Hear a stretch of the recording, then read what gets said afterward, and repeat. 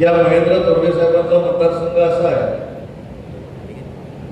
जरी उशीर झाला असता तरी बैठक लवकर संपेल आणि मी रेल्वेला निघून जातो, कारण सगळे BLA तुमचे निघून झाले आहेत.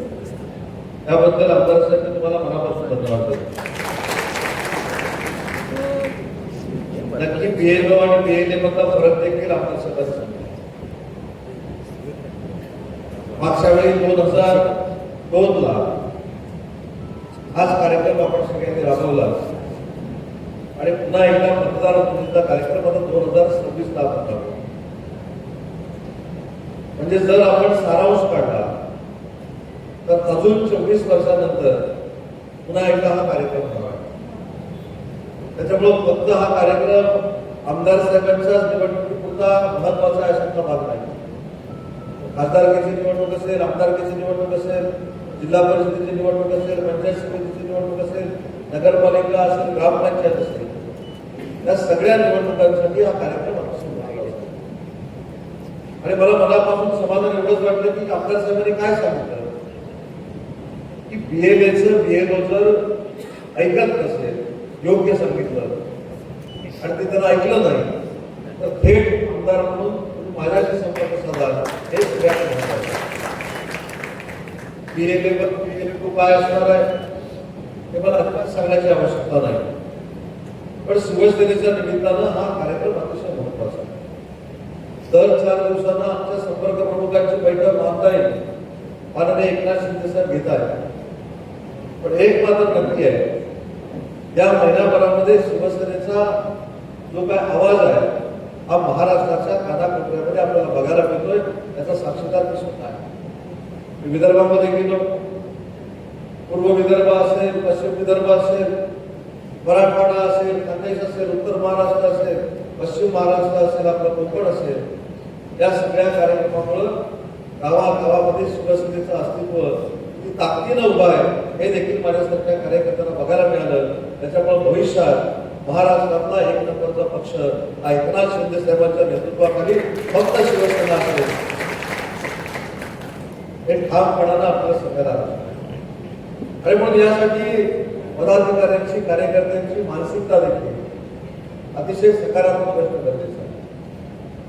माझ्याबरोबर अमर म्हात्रे इथं आलेले, अरे कामाला तुमचाच कार्यकर्ता, तुम्ही BJPचा आता इकडे आणलेला आहे, असंच प्रवेश केला ना. त्याचं भाषण मी ऐकलं. त्यानं भाषणात सांगितले की माझ्याकडे पैसे नाही, माझ्याकडे कार्यकर्ते आहेत, माझ्याकडे दादागिरी करणारी माणसं नाही, पण जीवाभावाची माणसं आहेत. आणि म्हणून कोणाशीही ताकद मागत नसताना एका जिल्हा परिषद गटात भले त्याला पराभव पत्करावा लागला असेल तरी समोरच्याला फेस काढण्या एवढी 14,000 मतं त्या अमर म्हात्रेमध्ये.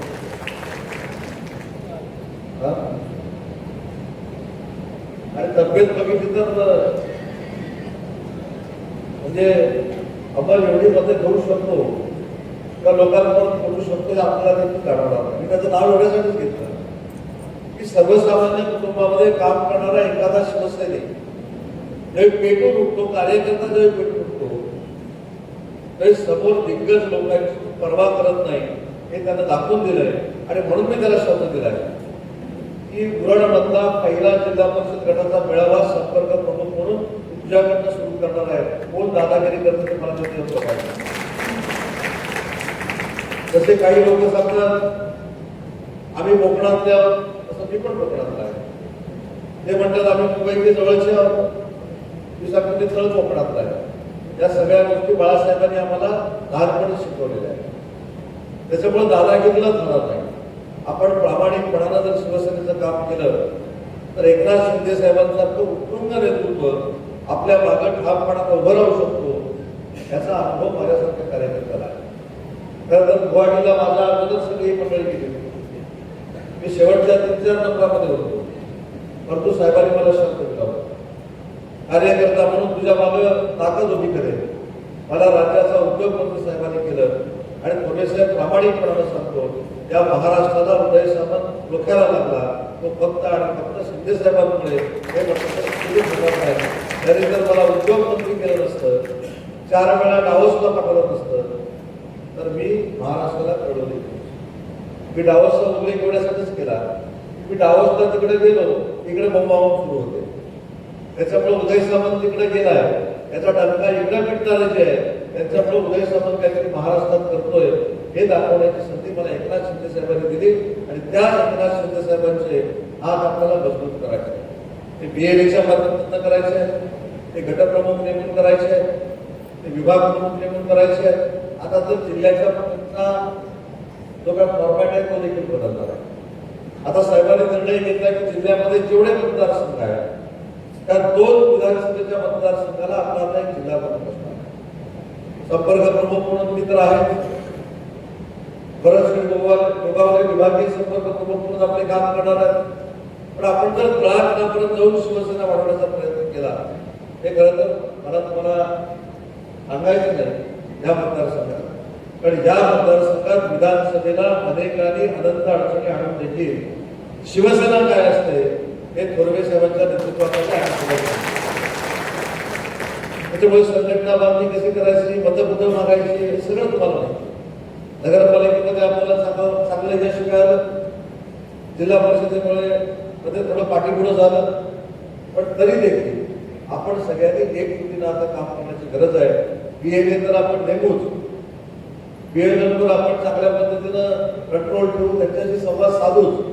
पण भविष्याच्या कालावधीमध्ये आमदार साहेबांचं विधानसभेचं मताधिक्य पुन्हा अनंत अडचणी आल्या तरी 50,000 पेक्षा जास्त असलं पाहिजे याच्यासाठी आपल्या संघटनेचं.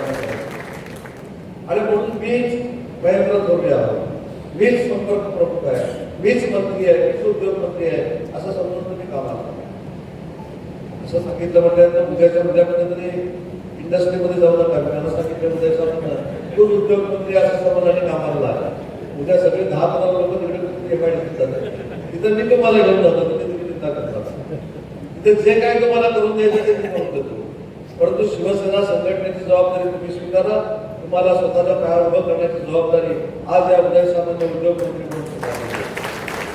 पण हे सगळं करत असताना पक्षावरची निष्ठा, साहेबांवरचं प्रेम आणि तसंच ज्या माणसानं आपल्यासाठी संघर्ष केला आहे, ज्या माणसानं आपल्यासाठी विकासाची कामं केली, त्या थोरवे साहेबांसाठी आपण जे काय करायचं ते करू ही करण्याची भूमिका आपल्या सगळ्या कार्यकर्त्यांमध्ये असली पाहिजे.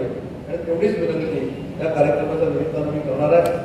भविष्यामध्ये आदरणीय शिंदे साहेब जे काही संघटनात्मक कार्यक्रम देतील ते कार्यक्रम घेण्याचा मी तुम्हाला प्रयत्न करेन. का आपण संघटना वाढवण्याचा प्रयत्न करू.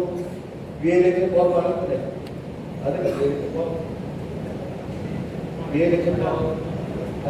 जिल्हाधिकारी करतात आपल्याला ते देखील लवकरात लवकर करून तुम्ही द्या. आणि शेवटी आपल्याला पुढच्या 26 वर्षाच्या राजकारणाचं प्लॅनिंग स्वतःच करायचं असेल तरी देखील ते आजपासून सुरू केलं पाहिजे. तुम्ही एक विश्वास ठेवा. जिल्ह्याचा पालकमंत्री म्हणून मी थोरवे साहेबांबरोबर रायगडमध्ये काम केले तरी माझा अनुभव घेतलेला आहे.